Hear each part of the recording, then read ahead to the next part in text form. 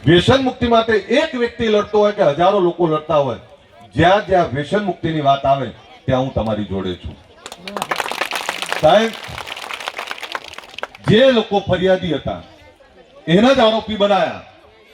જે લોકોએ દારૂબંધી માટે ગામમાં જે યુવાનોએ મહેનત કરી એ સામાન્ય યુવાનો હતા, જેમણે વ્યસન મુક્તિની વાત કરી કે અમારા ગામમાં બહુ થયું. હવે ગાડી મજૂરી કરીને જે પૈસા લઈને આવે છે એ પૈસા દારૂમાં વેડફે છે ને દીકરી દીકરાઓની ભવિષ્યની કોઈ ચિંતા નહીં કરતા, પરિવારની ચિંતા નહીં કરતા. એવા દારૂડિયાઓથી મુક્ત કરવું છે અને ગામમાં દારૂબંધી બંધ લાવી દેવી છે સંપૂર્ણ. મને કોઈ આ દારૂ વેચતા ને એમને કહેજો, આ દારૂ વેચતો હોય એ કોઈ દાડો કરોડપતિ થયો? દારૂ વેચતો હોય કોઈ આબરૂ જોઈ ગઈ? અને જે દારૂ પીતો હોય ને એ તો ઘરનું નહીં, ભલે જે કહેતા હોય.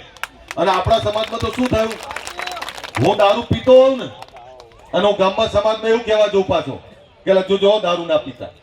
એટલે પણ પહેલા તમે તો બંધ કરો.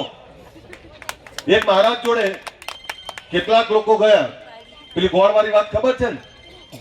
એટલે જઈને એવું કીધું કે મારા છોકરો ગોળ બહુ ખાય છે, મહારાજ કંઈક કરો ને. બેસજો બેસજો, ઉતાવળ ના કરો, બધું જ કહીશું, ઉતાવળ ના કરો.